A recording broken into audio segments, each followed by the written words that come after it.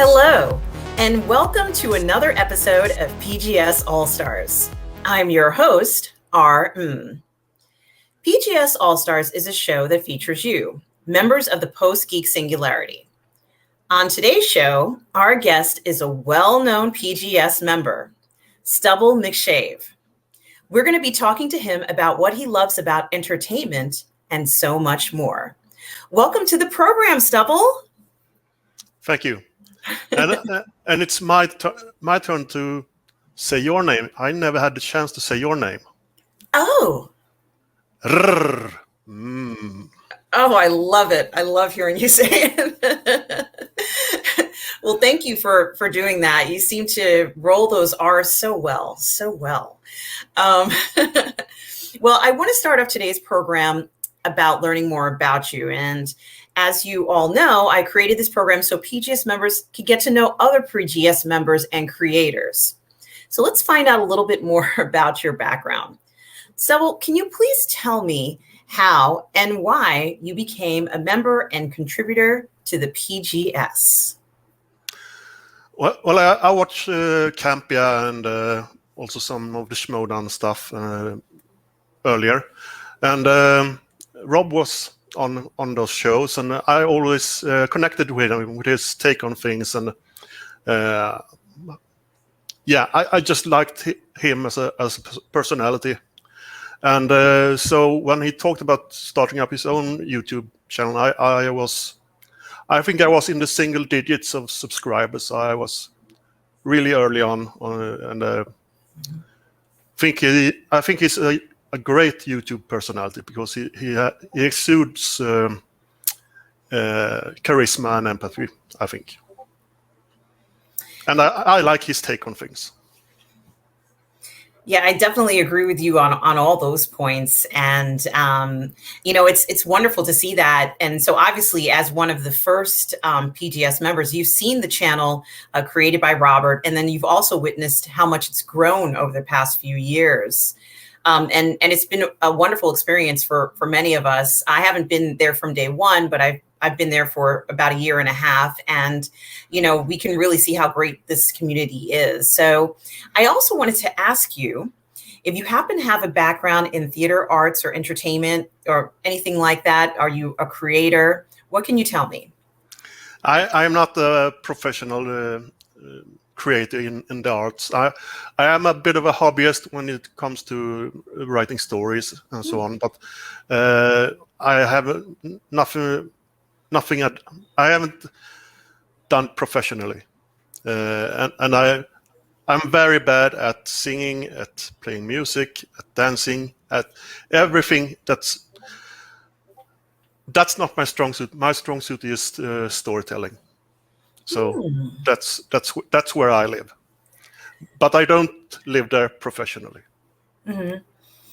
And that's very interesting because, you know, on the network, we're always talking about how, you know, we want great stories. And, you know, it's very interesting that that's something that you find, you know, and are very passionate about. And, you know, we have a lot of people who are into things like this. And it's going to be very interesting to find out more about, you know, that side of you.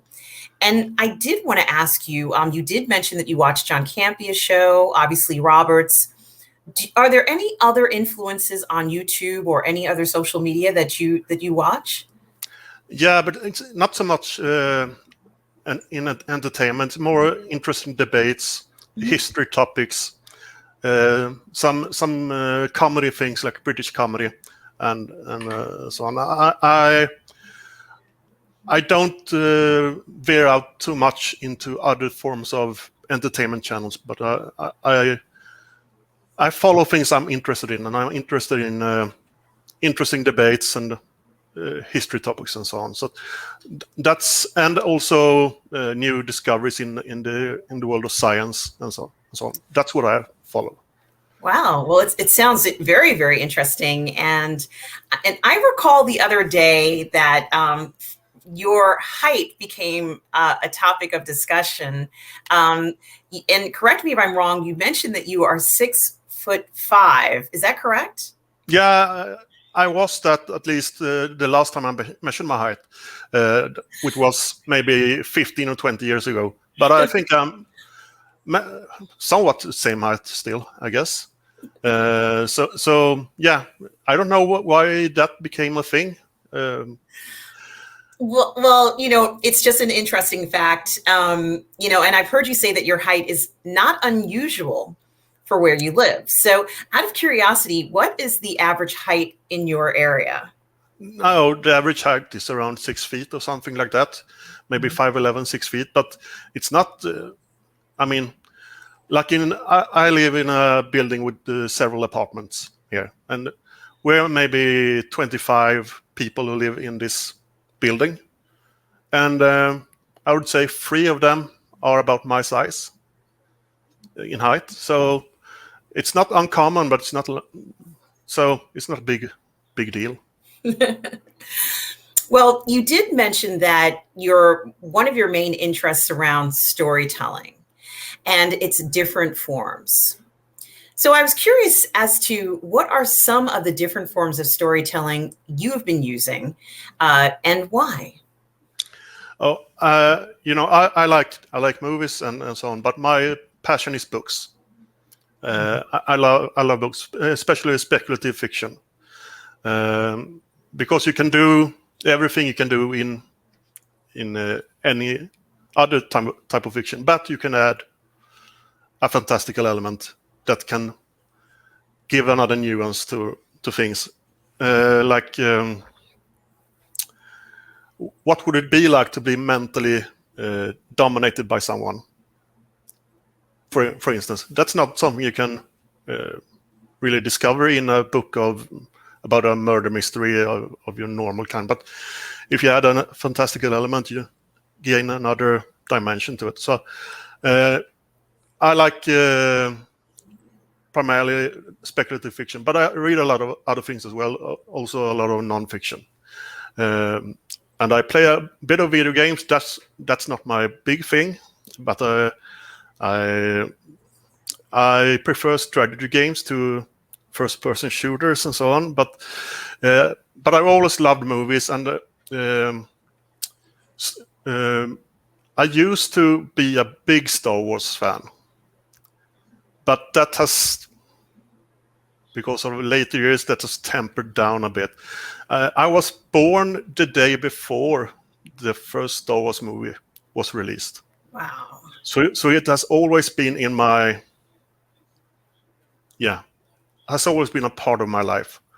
And I read all the expanded books, expanded universe books. And so I was a little irritated, is a mild word to use, when they made everything legends. They made them unofficial. And but I accepted it because I thought maybe we'll get great movies that can pull from these things. Mm-hmm. But we didn't really get that, so I'm a little not so happy about that. I don't know what that's the answer to your question. Yes, it is. And I understand how you feel. I was upset by that as well. And I felt like there was no reason to do that. Just tell different stories. But, you don't have to remove something to tell a great story, in my opinion. But, especially when it's such an established history, a long history, 20, 30 years of history. So I agree with you. And, it is something to think about, And I recall you mentioning that you're also interested in historical events. And I wanted to ask you about the local history in your area. And is there anything particularly fascinating about where you live regarding the local history? Yeah, I live, I don't really like to say where I live, but I can say I live about 25 miles north of a city called Kalmar in Sweden. It's in the southeast of Sweden. And that has a long history of, it was a more or less a border fortification for several hundred years towards the horrible Danish to the south. So there was a lot of history there, a lot of important events that transpired there. And so I had a fascination with the local history of my, because that's what was the city that I grew up in. So I've took courses in local history and local archaeology and so on. And so, yeah, I have had a long interest of the local history in my so-called hometown. It's not my hometown anymore, but my former hometown. Mm-hmm. Yes, so there's a castle there, for example, that's been under siege for 38 times for history, and old city walls that's been excavated and so on. And so it's been something that I was fascinated with when I was in my late teens or something like that. Right. So, yeah.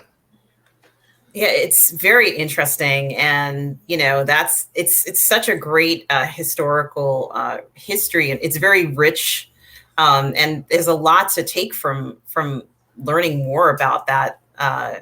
That's just wonderful to hear about those sorts of events, literally down the road from you, or relatively close. It's really amazing, and there have been some great historical adaptations that have been made onto the stage and screen. For example, the one that comes to mind that I'm particularly fond of is Hilary Mantel's Wolf Hall. And it's a biographical account of Thomas Cromwell's rise to power. And, I've watched it on television. It was on a number of different stage adaptations. So it makes me want to ask you, what role does exploring history play in your life? And are you considering using historical events as a theme in your stories? I've always been fascinated by historical events, especially those that has surrounded in my surroundings. So Swedish history then, and so I internalized a lot of the old stories. Maybe it's the wrong word, but the old events. Mm-hmm. And I've used it as inspiration for a lot of things. And I also use maybe, what you'd call it, established stories that's maybe not historical correct, but right. Then I have that as a foundation, and then I pull it and I twist it, and I add things and I take away things, and in the end, there's nothing that resembles what the original story was. But I know it in the back of my head that was the original concept. But when I reached final development of it, it's something completely different. So historical events, I get inspiration from maybe individual small events, like not a whole. I'm trying to find the right word here. So maybe like a special event that happened that's part of a bigger thing, but I ignored the bigger thing and just pluck out that small detail and have that as a ingredient in my story. Mm-hmm. But I've internalized a lot of the history, both of the world and of my local area. Okay. And you've also mentioned that the human psyche has been of great interest to you. Do you think stories today are leaning more towards the focus on the human psyche? Yeah, and I think we recognize the truth in human emotions, which often can spring from how the human psyche works. So I'm no expert at all. I'm just a hobbyist in these things. I just read a book or two, and but I have a fascination of it, and I try to absorb as much as I can. And a great story is something we recognize that is an understanding of the human mind and the human heart, and the human psyche is a big part of that. And yeah, I don't know if that was the answer really to what you were asking, but that was one answer at least. So, and I have to ask this question because of the broad scope that this event has had on, all of our lives. How has, in your opinion, how has the pandemic shaped or changed the approach to storytelling in video and or cinema?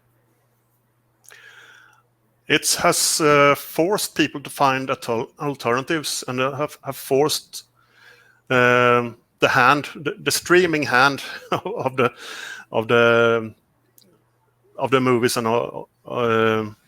those things. It would probably have gone towards streaming anyway, but this accelerated the whole thing to hyperdrive. And I think it also will mean that there will probably be small budgets for theatrical released movies going forward, with a few exceptions where they will really put in the money. But I think the day of the really big budget movies are probably maybe not over, but they will be pretty scarce. And on the other hand, I think TV productions will skyrocket in it already has with the Lord of the Rings series, but I think they will put a lot more money into the TV series and not so much into the theatrical movies. And I think that may have been inevitable, but instead of it happening during 10 or 15 years, it happened during 1 year. So yeah, I think we have probably seen the big budget movie days like 2019, which was ironic that it was so many big budget movies that year, and then it rained to a halt. I don't think we'll see those kind of years again. We will see 2 or 3 movies that have substantial budgets, but the most of them will be smaller budgets, which may be for the good, because the middle budget movies have disappeared for a number of years. So maybe they will come back. Maybe we'll get another Hunt for Red October or something like that that doesn't cost 200 million. So that's what I'm hoping anyway. But I think it will go more towards limited TV series than movies. Mm-hmm. And, it's very interesting because I remember, I don't want to give away my age, but I do remember, initially when we started to see films that were costing, $100 million or $200 million to make, the fascination with that type of price tag for, just to make one film seemed and felt quite phenomenal and unbelievable at the time. And as the years went by and they became more frequent, you came to the realization that they were becoming more normative to spend that much money on a film. And so it'll be nice to kind of see, a greater variety of productions, but also, perhaps those lower budgets that might be somewhat more manageable and, give, as you said, lower budgeted productions a chance to make it on TV. And the other kind of interesting thing, I think, is that for a long time, in at least for what I've seen in the past, there were so many television productions that had, in a year you'd get 26 episodes. And, it was a lot of episodes. But I had noticed that a lot of European productions would have sort of a limited run production where you might get 6 episodes of an hour and a half. But the quality of what they were producing was so high that it was understood that even though you're getting less episodes, slightly longer but less episodes, the level of and the quality of the work, the screenplay, of the performances of the actors was so high that it was, fine, that it didn't have to be necessarily 26 episodes. So I personally think it's very interesting when you kind of look at it from that perspective.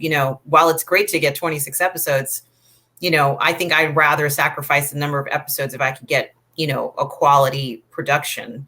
So I think that, I'm hoping that not only will it lead to more productions, as you said, in the mid-range price, but also higher quality productions as well. So yeah, and I think there are two things that while you are talking, I thought of two things. yes. And one of them is that I prefer TV series where they know the ending before they start. So they know where they're working towards. In a multi-season, 23 episodes per season, they don't know the end often. They just do the next episode. So I like the 8-10 episode where they know where they're going, where they can plan out the whole limited series. That's one thing. And the other thing I thought of was when you have a more limited budget on theatrical movies, you don't solve the problem by throwing money at it. That like you often see them do now. We have to solve this. Okay, you spend another 10 million on solving that problem. Now they have to be creative and find better solutions within the budget, and that often makes for better end products. Mm-hmm. So that's what I hope. It sounds very good to me. So just shifting things a little, I wanted to speak a little bit about your interest in rock and blues music. And before we get into specific bands, which we will, and artists that you're fond of, I wanted to know what similarities do you see between rock and blues, which I guess it's unfair to kind of ask that because they do have some very similar elements, and some would argue they may even be the same. But what kinds of similarities do you see between them? And in addition to that, please tell us some of your favorite artists and records in both genres. Well, when it comes to blues, that's what do they say? Blues is both pain and pleasure. It's defeat and exaltation at the same time. It's sadness and joy. It's life. It's turning misery into passion. Right. And it's letting all your emotions hang out, as well, if it's good. I love it feels like they play with their heart and not their head, when they're really good at it. And it all came from Southern America, from the black community and so on. Know that, everyone knows that. But rock was born at the combination of that and gospel and country, and became some sort of a mix. And I mean, rock is such a broad category. I like the more bluesy kind of rock, where there's a good guitar riff, but there's a melody to it. You hit that blue note and you feel the emotions inside.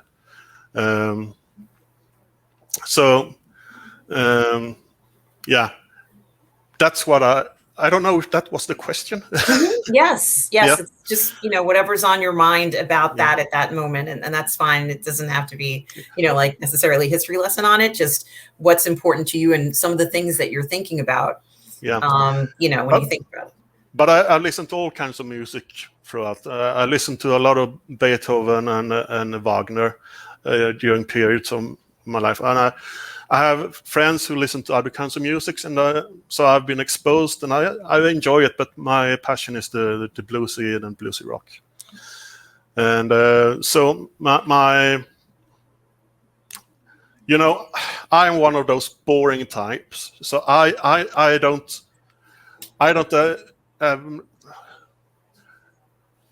go with the latest artists, because I don't have any idea of what's great of what's produced right now. I'm a few years after. I I'm the one who, oh, people like this, maybe it's good, and I try it. Oh, that's good, and but I like the 60s and the 70s when it comes to the rock, and my favorite band is Cream, which is, it's called the first supergroup because they were formed by, they consider themselves to be the three finest musicians in the UK at that point of time. So they call themselves Cream, and they're all really good in their own field. So it's a drummer and a bass player and a guitarist. My favorite album by theirs is Disraeli Gears, and that's almost everyone's favorite album. That's where most of their classic songs is on. And I also like Gary Moore. Because he has that bluesy feeling, and he's a great guitarist. Okay. And, there is certainly still a lot of interest in Cream. That group is very well known. There are a lot of people who, still talk about them. I mean, they're probably always going to talk about them. And, the musicians from the group, I know Eric Clapton was one of them, right? Stubble. Yeah. And so even after the group disbanded, individually, they create different groups. They're still lauded, even today. Like it's certainly, and they deserve it because they've had such an impact. Unfortunately, just Eric who's still alive. Yes, it is unfortunate. And Eric is still, I think, I can't remember the last album that he came out with, but he's produced work for quite some time, even after he left Cream. And what I was curious about is, since they have been such an impactful band on not just rock music, but just in music in general, are you considering writing about them or other musicians and the experience that a musician may have? Yeah. No, I have no interest in writing about music. I know too little to give a really informed view. I'm just a consumer, so no, that's never been something that I've been interested in. But another band, when we were all talking about it, it's Grand Funk Railroad is great as well. You should really check them out if you haven't. Is there any track in particular? The most famous one is Inside Looking Out. That's a great version of that on YouTube. You can check, but they have a lot of songs. That's great. Mm-hmm. Okay. Yeah. Well, you mentioned Gary Moore, obviously, as one of your favorite musicians, and I was curious, have you ever seen him in concert? And if so, what was that experience like? Saw him once in Denmark in 2008. It was during a blues festival there. It was while I was living on the west coast of Sweden at the time. I was working in another region of the country, and me and two friends were going over there and watching. It was great. You could see that he was not at his best health, but he performed great. Yeah, that's fantastic. That must have been such a great experience to see him play, and I'm sure you're not ever going to forget that. Now, of course, Stubble, I have to ask you about the Wheel of Time. So, we've been anticipating this, live action version of this story. And even before the live action version of the story, I recall, you talking about the Wheel of Time. And so I have to ask the question, how long have you been a fan of Robert Jordan's Wheel of Time book series? I must ask you a thing first. You were a teacher, right? Yes, I was. Yes. In what field? Well, on the grammar school level, I taught biology, chemistry, and physics. And then on the college level, I taught evolutionary biology. Okay. Reason I ask, because it related to when I was in school. Because during my, I don't know what the equivalent is, but I was 17, so it's high school, or what is it? Yeah. Yes. So we had an English class, and the teacher said that we had to do a book report on a book, and we could go to the library and check out our own book, whatever book we wanted in English.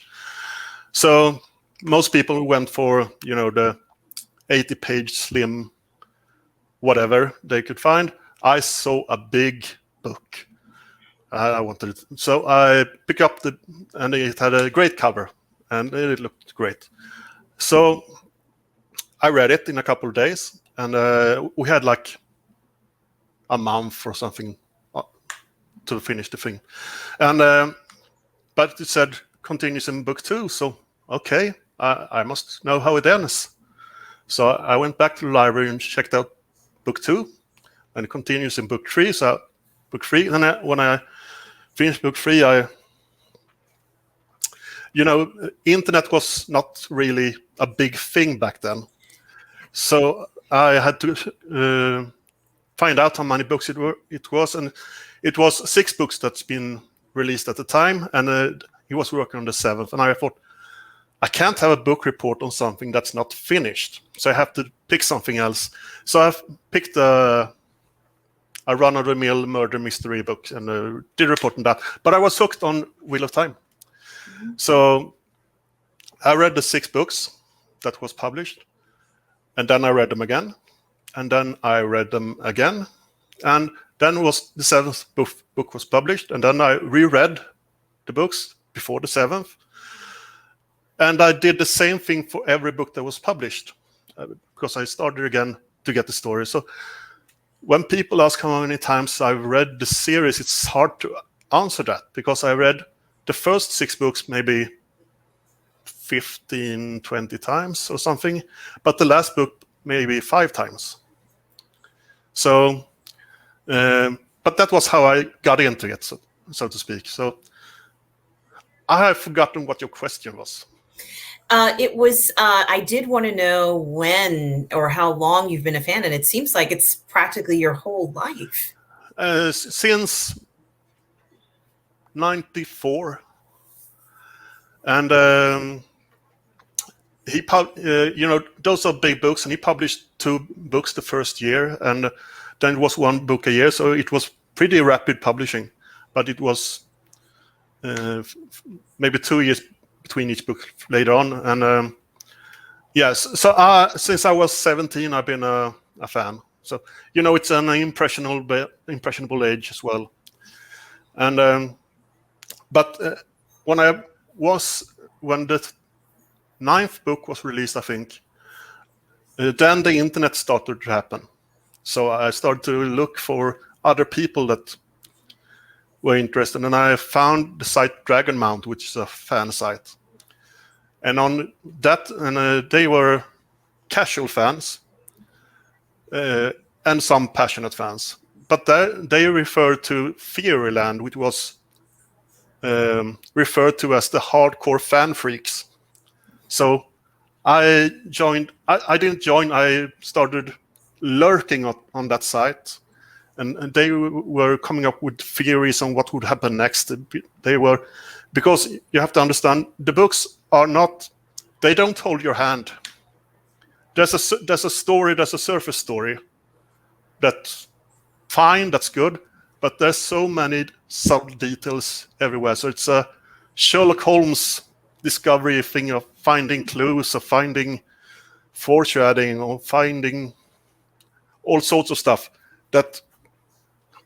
And we were trying to find out what would happen in the next book all the time, and it was great fun just to dive into the whole thing. And And after a few years, I officially joined the site and contributed a little bit. I was more a spectator than anything else. But they were very passionate, and there were people that met and got married on this site, and it was and they have children and stuff now, and so it was the fan community was very extreme, and it was a tight group of people. Yeah, wow, and a matchmaking site apparently.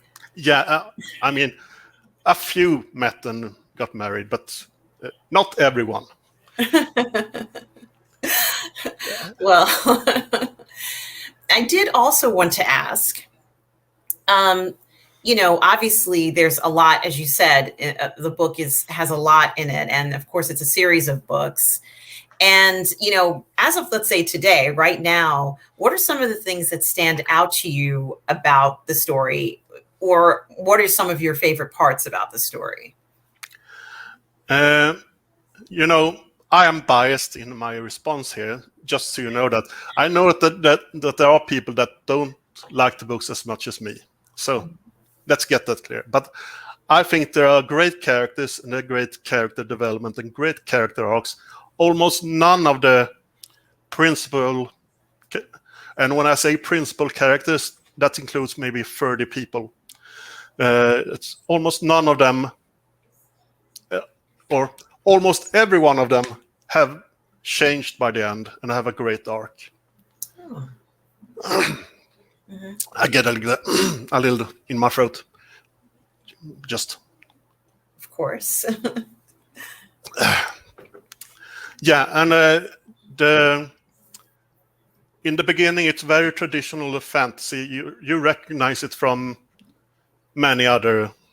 It's the tropes and so on, and that's what was needed to get published in the 90s. The first book was published in January 1990, so it was almost an 80s book. Right.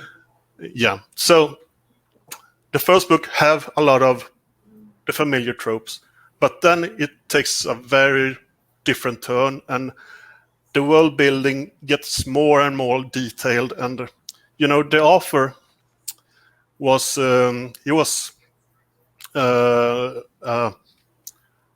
do you call it? A nuclear engineer in the Navy.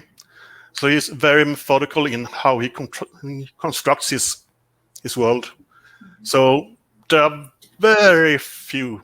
There are maybe one or two small plot holes or world building holes, but there's such a vast world that's created, and it's also that no matter what your age, there's always a character you can identify with. He was very good at characterizing both older people and younger people. So when I read it first, I identified with the teenagers and the 20-year-olds. And now I identify with those who's 40 or 50. So it's a very good characterization. And it's really good for rereading as well, because there's so many subtle hints and foreshadowings and things that you read it first through once. Then if you reread it, there in book 1 on page whatever, there's a clear foreshadowing for something that happens 13 books later. And so, yeah. And the women are no damsels in distress. They are more distressing damsels. There are no, what do you call it? Violets, what do you call it? There are no... You mean they're not, you mean their personality or how they behave? Yeah, or? Yeah, they all have strong personalities. Okay. And they say what they want, and they demand what they want. And that was, in the 90s, that was kind of refreshing to me. because we live in a different world now. It's 30 years later. And so there's because the male magic users in this world, if they use the magic, they, for no fault of their own, they become insane and go mad. So everyone, they try to capture them and stop them from using the magic. I'm using simplified terms here, so I don't have to go into the details. Yes. So, which means that the strongest organization is a female organization, because that have socio-political ramifications throughout the world. So there's not a very big shift, but there's a subtle shift where there are maybe fewer kings than queens. And I usually give the example, if you were in a board meeting and there were 3 men and 3 women and no one knew their ranks, they would assume that one of the women was in charge if they didn't know. But there's not like a matriarchal society or something like that, just a small shift. And I found that an interesting take, because that was what it has been done since then a lot of times, but that was more or less the first time. And you can say that it's simplified to its basic. It's the second coming of a messianic figure, but that's how simplistic you can get, because that messianic figure, no one wants that to. He doesn't want to be the messianic figure, and no one wants him to be the messianic figure. And he disrupts the status quo, and it's like 15 different factions and political entities that have different agendas. And it's a lot of politics and also high adventure. And I think it's great. But it has its flaws, which we won't go into right now. No. Well, it sounds wonderful. And obviously, you are recommending the series to anyone who is watching right now, because it sounds like a wonderful series of books. I would just say, don't expect it to have a traditional 3-act structure, here's the problem and we solve the problem and it's fine. This is a whole world that's changing during, I think it's 3 years. And it's, I encourage everyone to read them, but know that it's a commitment to do so. Well, it's certainly worth looking into. And of course, as we had spoken about, or we'd mentioned a little bit earlier, there is a live action version of this story of the Wheel of Time series that is currently being made. And I did want to ask you what you thought about the most recent trailer. I don't know if you know this about Swedish people. We are kind of reserved. We don't want to stand out in a crowd. We don't want to make a bigger fuss of things than it needs to be. So that being said, I really liked it. And I know, and this is how I view it. The books are one thing. The TV series will be something different. It will be its own thing.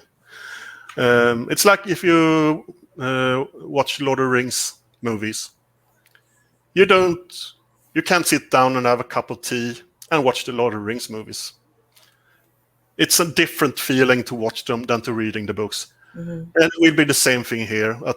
And when I mentioned earlier that I love the speculating for every new book, on theorizing, and that's what we're getting now again, because I know the destination, I know some of the stops along the way, but there will be some changes, and I love the speculation on what the changes will be. that it's a second. We get the story again from another perspective. So I like that. Mm-hmm.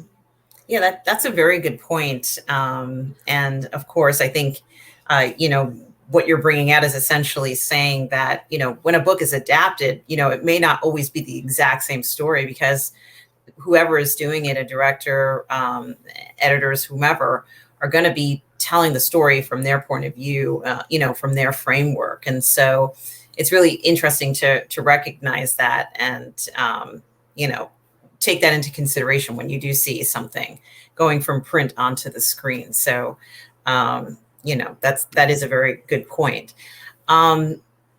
So I did want to ask you, what are some of your favorite movies and directors right now?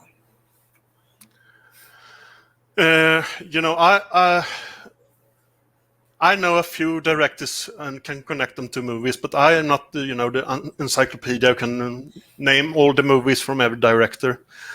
But never bet against James Cameron. He hasn't done bad movies, and Terminator was great, and everything after that has been at least good, if not great as well. So I can't wait to see the Avatar movies. I think he's reliable to produce. But who knows? They may be crap movies. We'll see. But I think they can be really really good. And Tarantino. I like Tarantino. I actually think Reservoir Dogs is his best movie. Mm-hmm. Mm-hmm. The others are great, most of them. Some are good, others are great. And but I think Reservoir Dogs is still his strongest movie. That's just my opinion. So mm-hmm. Yeah, but I like Fincher as well, and yeah. So those, I'm not an expert, as I said, on which director made which movie and so on. But yeah, and I love movies like Shawshank Redemption. That's, but I don't remember who made that right now. So maybe that was bad example. No, it's fine. It doesn't. It's not like a quiz. It's just in case you wanted to mention a director or a movie or both or just one. It's completely fine. Shawshank Redemption was a fantastic film. That story is so compelling. Yeah. Yeah, absolutely. And I love the original Star Wars movies and so on. And if we leave movies and go to Star Trek, I like the original series. I don't love the original series, but my favorite is Deep Space Nine. Yay! So is mine. The first 2 or 3 seasons is it's not as strong as the later, but the later seasons are absolutely wonderful, and I like the broad that there are so many characters, the ensemble nature of it, and because I liked Next Generation, but it's a series about Data, Worf, and Picard, and the others are along for the ride. Right. Whereas Deep Space Nine, you have 10 characters that have own episodes, and I love the Dominion War, and also the standalone episodes are great. Nor the Battle to the Strong is, I think that's the title, is one of my favorites, and I don't know if you know that. That's the where Jake Sisko is stranded on a planet with Bashir, and there's a Klingon attack, and you have to help in the sick ward. I don't know if you remember that, but and does Jake become a doctor because of this, or he becomes someone who helps carry stretchers and so on. Okay. And it examines the thin line between cowardice and bravery. and that's more or less a standalone episode that I think everyone should see. Okay. And, yeah.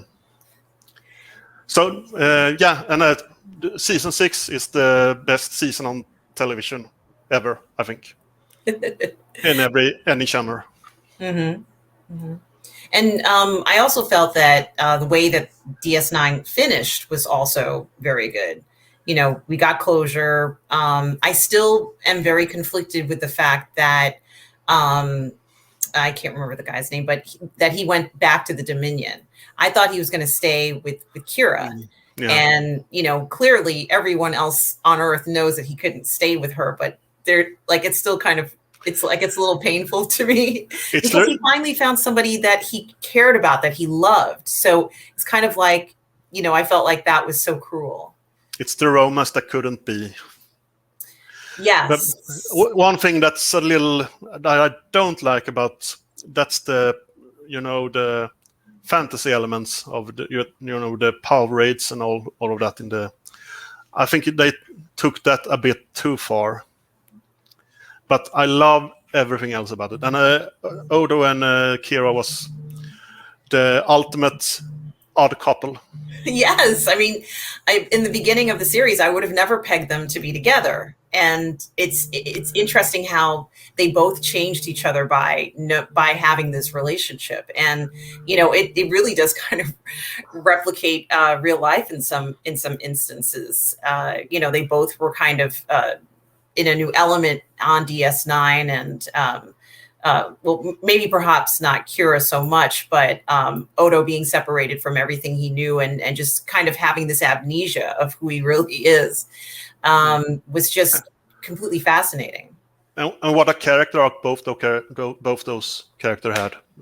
If you look at it from the first episode in season 1 to the last season, there's a night and day, and it was a natural progression in their character arcs, and it was, I think, was great. It really was, and I think that shows that, you know, sort of like Gene Roddenberry's vision can be applied. While it is true, this is obviously science fiction, and we're in a science fiction show. I think that showing that, you know, let's say it was not on a ship that traveled the universe, so to speak. It showed that I think that his vision can be applied to not just possibly outside of the science fiction world, because I think Deep Space Nine was a little bit more, it's true, it's a science fiction story, but I think that it went and explored other areas that a lot of non-science fiction stories go. Yeah, and it wasn't always, you know, the alien of the week. It was a little more, it was recurring villains, and it was recurring or antagonist, you should say, and and recurring, you know, like what's his name, the Ferengi guy who comes back in, is the right, Quark? Is it Quark? No, not Quark. He who messes with Quark all the time. It's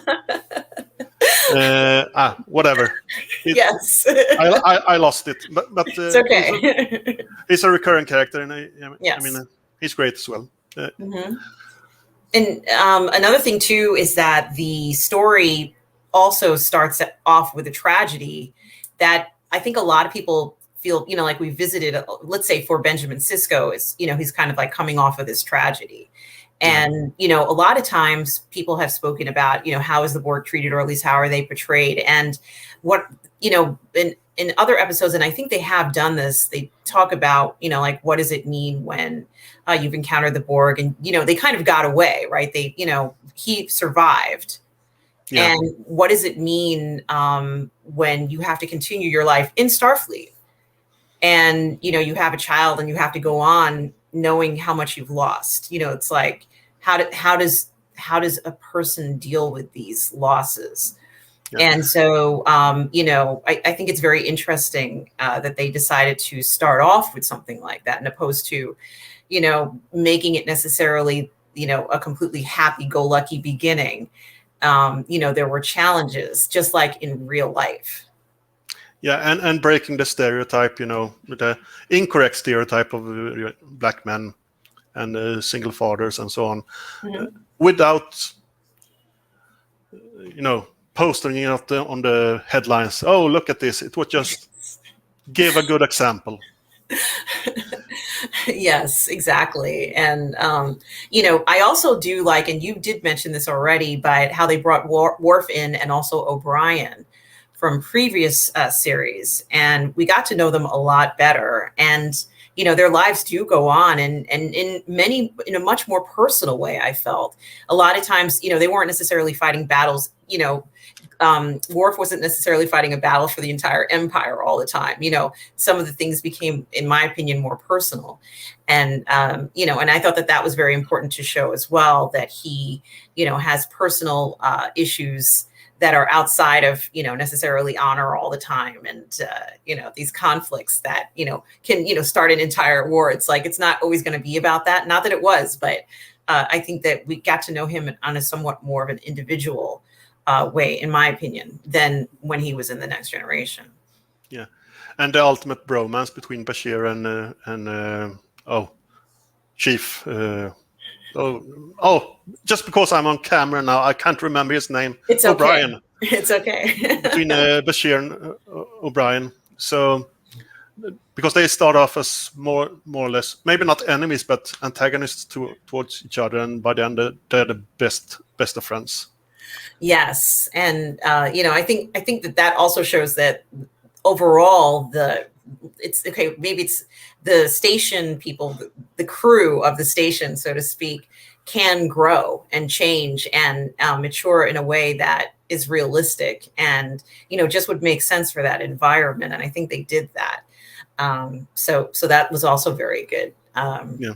And of course, the other really cool thing about what they did was that, so while you have the station that, you know, for all practical purposes, they move it around a few times, but it stays in one place. You have this incredible wormhole. And so now all of a sudden you're given the opportunity to sort of like go halfway across the galaxy. I don't know how far exactly they went, but let's just say you could travel an infinitesimal amount of distance in what appears to be, you know, just a few minutes. Of course, I'm sure it's longer than that, but what an option that they decided to put in there, and like kind of putting in a perspective of, wow, this is the most interesting space station ever, because just down the road, you know, you can kind of travel to the other side of the galaxy. It's really very fascinating when you think about it. Yeah.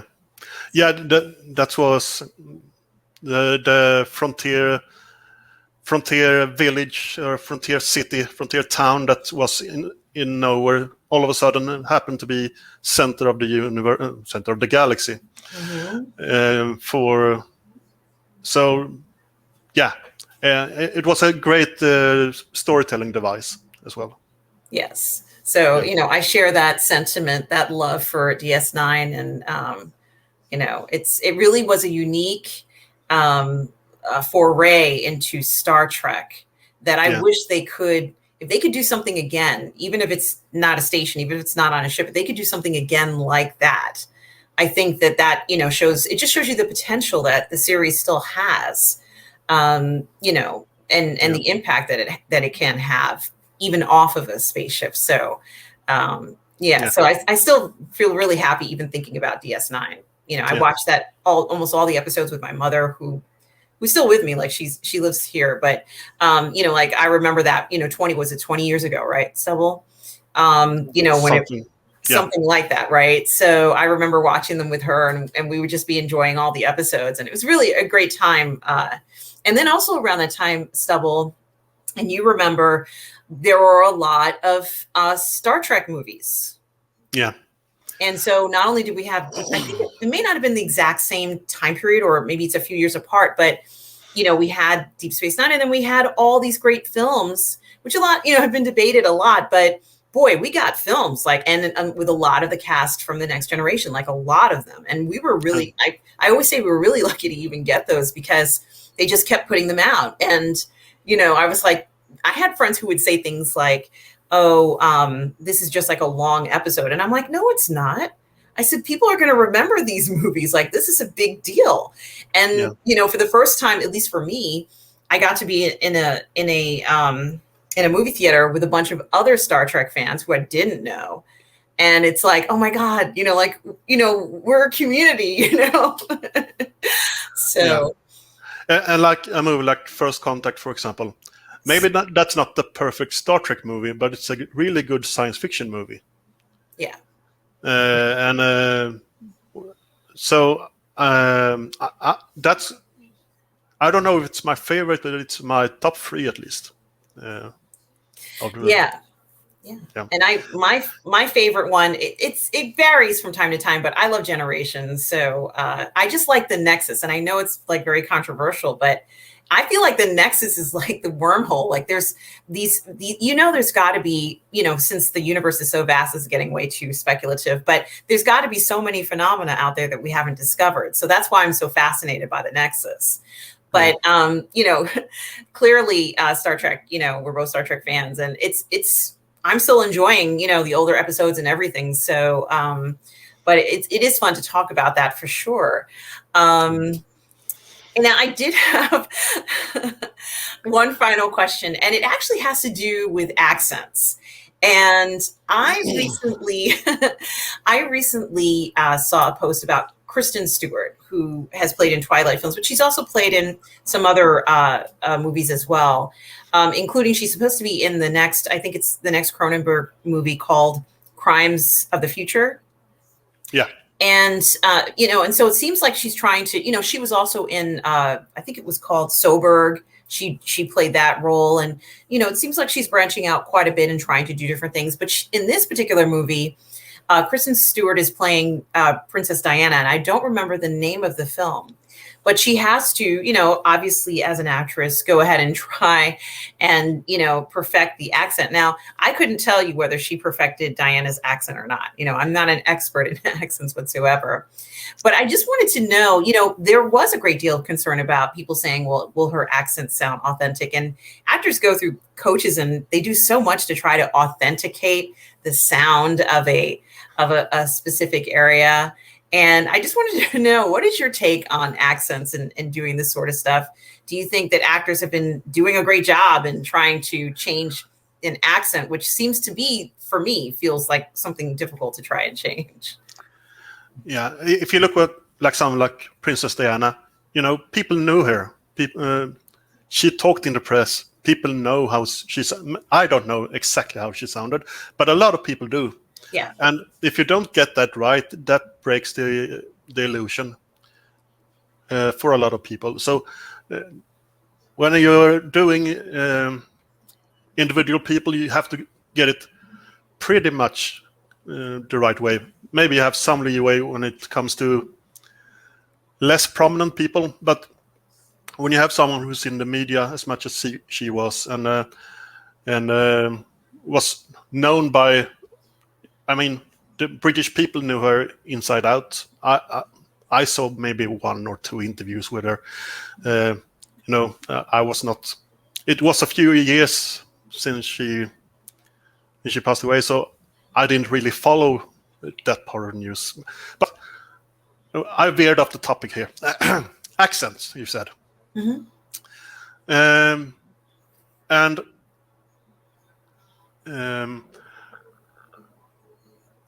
If you take something like a speculative fiction, like a speculative story, like a space sci-fi or a fantasy or something that's not in our world really, then you're, like I said, it's very hard to have a Texas accent in a fantasy or in a space, futuristic space, because they're so I think they're so associated with our modern times and our special region. I think that would be pretty difficult. Same with the Boston accent as well. It's so specific to that region and our time. If you mean more in general with accents, how important that is for, I don't know really if I have a good answer for that.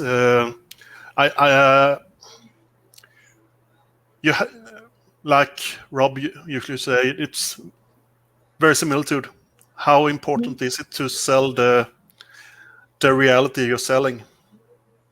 So it depends from project to project how important it is. And certain type of movies, you break the suspension of disbelief if you have a totally wrong dialect. If you have a costume drama that's set in the Regent era in England, you need to have the right type of accent. You can't have a very distinguished, not distinguished, more specific American accent in such a movie.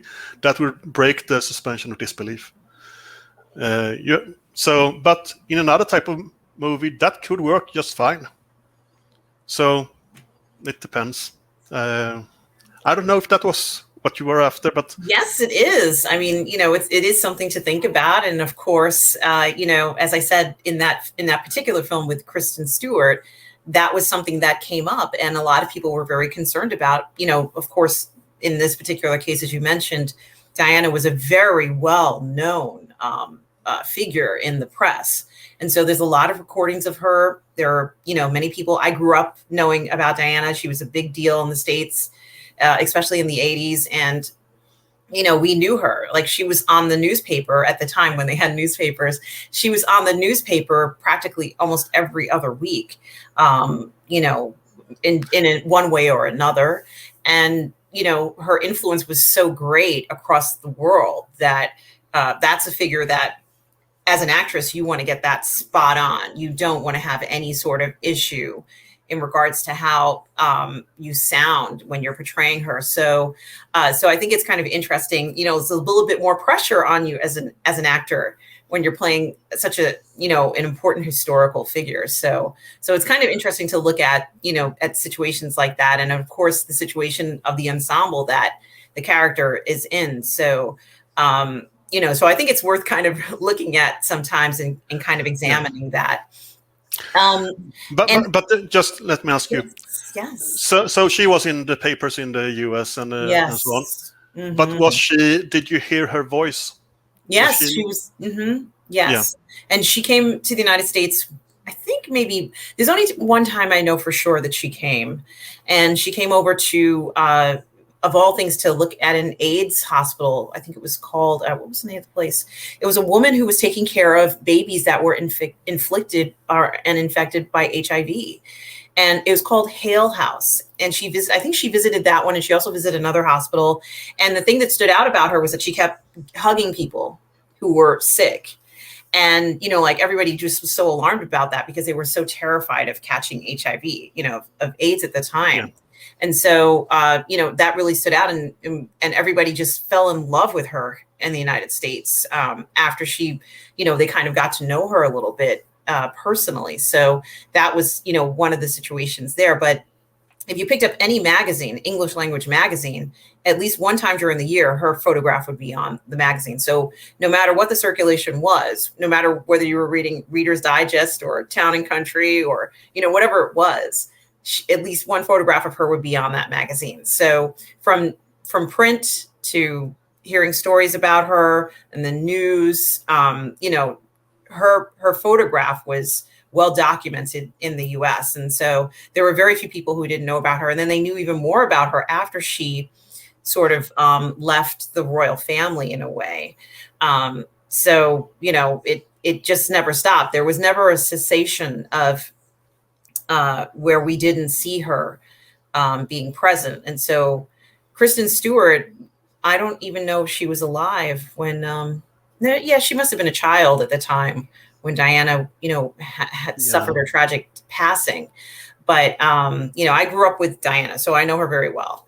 And that character, she's always going to be, a very important person as far as I'm concerned, historically, globally. But, I just thought it was interesting to look at that. And, I also think one really good point is like, another very interesting thing is, and you did mention like some certain accents. I think that if you're watching a film about one place where I always expect to see an accent, and it's not absolutely necessary, but in the United States military, if someone goes into basic training, it's like you almost always expect to hear a certain type of accent, like in a drill sergeant. Now, it's not always the case, but you are expecting it because we've seen it portrayed so many times. And so, I think that inherently any screenplay writer is going to put that in there. And, you know, and it's something that's debated a lot, but in Star Wars recently, for the Bad Batch, some of the characters who, I'm assuming are voiced by Tamura Morrison, because they're, you know, clones of the original character. The character Omega, who pronounces her name a little differently because she does have a specific accent. People were talking about her accent there. So it's very interesting to kind of look at these accents and to see how the accent kind of shapes your impression of the character and what you expect, you know, let's say from that point going on. So it is kind of an important topic to talk about, especially when you're writing stories and considering, you know, the settings of stories. You know, oftentimes it can set the tone as well. So it's certainly something interesting to touch on. And, you know, I do have one final question for you, Stubble. Okay. The final question is really, and of course you already know I'm going to ask you this, but what are you hoping fans will take away from A Wheel of Time if they either read the book or if they watch the new live action series? Oh,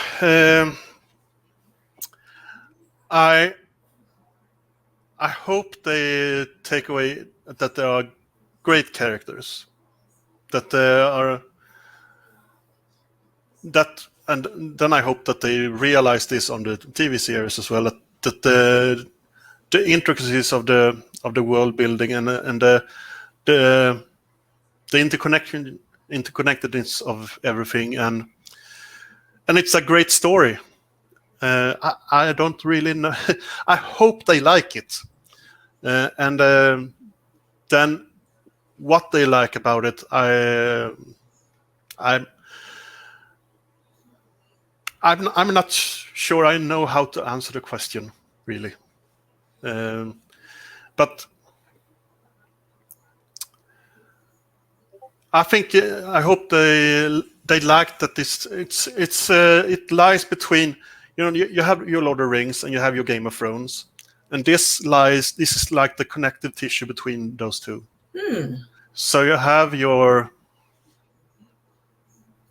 big world ending thing, and you have your politics and your backstabbing and your not so much the cursing, because they have in-world curse words. They don't use, you know, I don't know if I can say, you know, our four-letter words here, but they don't use those. They use other in-world curse words. So I don't know why I got into that. Whatever. But I just hope they like it, and I hope they pick up the book if they like it. But like I said, there are two separate things. The books are one thing. The TV series is another thing. Like Lord of the Rings movies are, you know, they don't have the scoring of the Shire in the movies, and different character arcs, and so yeah, I just hope they like it. Okay, wonderful, and I have a feeling they will. I'm looking forward to it. Is there anything else you would like the PGS members to know? Just live a good life, and yeah, and don't complicate things unnecessarily. Complicate the things that matter, and do everything else as simple as possible. Okay. And focus on the things that matter and make those things great.